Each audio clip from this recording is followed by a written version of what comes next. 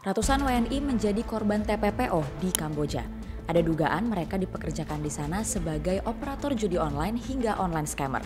Kenapa dan bagaimana mereka bisa terjebak bekerja di Kamboja? Selengkapnya kita bahas.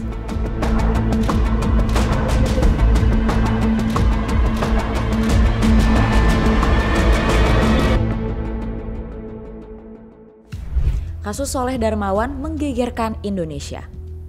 Bagaimana tidak, Soleh kehilangan nyawa tidak lama begitu sampai di Kamboja untuk bekerja di sana. Awalnya, Soleh berangkat sendiri ke Kamboja setelah dapat tawaran dari tetangganya, Sally, untuk jadi koki di Thailand. Akhirnya, dia berangkat ke Poi Pat, Kamboja pada 18 Februari 2025 menggunakan visa single entry. Tidak sampai 2 minggu, tepatnya pada 2 Maret 2025, keluarga menerima kabar Soleh sedang sakit dan kondisinya gawat darurat. Besoknya, Soleh dinyatakan meninggal dunia dan KBRI Phnom Penh mengajukan pemulangan jenazah Soleh. Jenazahnya kemudian tiba di rumah duka di Bekasi pada 15 Maret dan dimakamkan sehari setelahnya. Saat dimandikan dan diperiksa, tidak ditemukan luka baru atau bekas jahitan. Namun, muncul narasi di media sosial kalau Soleh korban perdagangan organ. Narasi tersebut dibantah oleh kuasa hukum keluarga Soleh. Keluarga menegaskan tidak ditemukan bekas luka jahitan dan belum ada laporan resmi ke polisi. Kasus kematian WNI korban TPPO di Kamboja bukan cuma sekali terjadi. KBRI di Phnom Penh mencatat lonjakan tajam kasus kematian WNI dalam 5 tahun terakhir.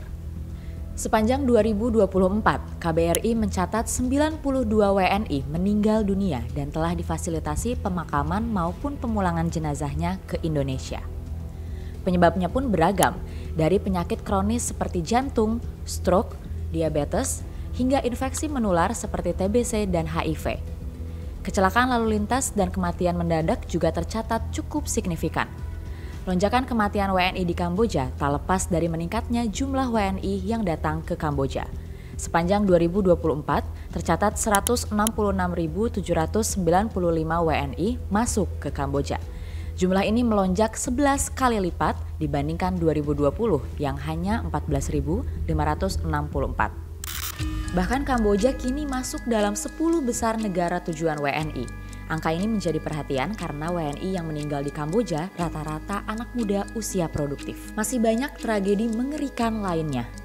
Kasus-kasus di Kamboja mendapat perhatian Menteri Perlindungan Pekerja Migran Indonesia, Abdul Qadir Karding.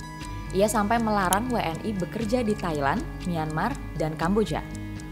Larangan itu terkait maraknya kasus TPPO yang menimpa pekerja migran Indonesia di wilayah tersebut.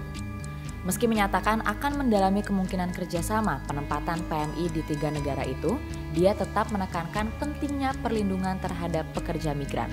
Soalnya, banyak korban TPPO yang diberangkatkan ke 3 negara itu melalui jalur tidak resmi sampai akhirnya dijebak jaringan perekrut.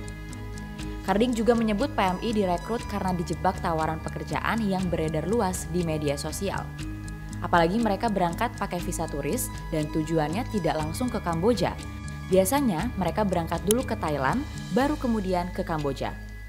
Mirisnya, mereka yang terjebak ini banyak yang punya latar belakang profesional. Sesampainya di negara tujuan, pekerjaan yang mereka lakukan berbeda dengan yang dijanjikan. Seringkali mereka dijadikan operator judi online. Pemberantasan TPPO juga kerap menemui tantangan.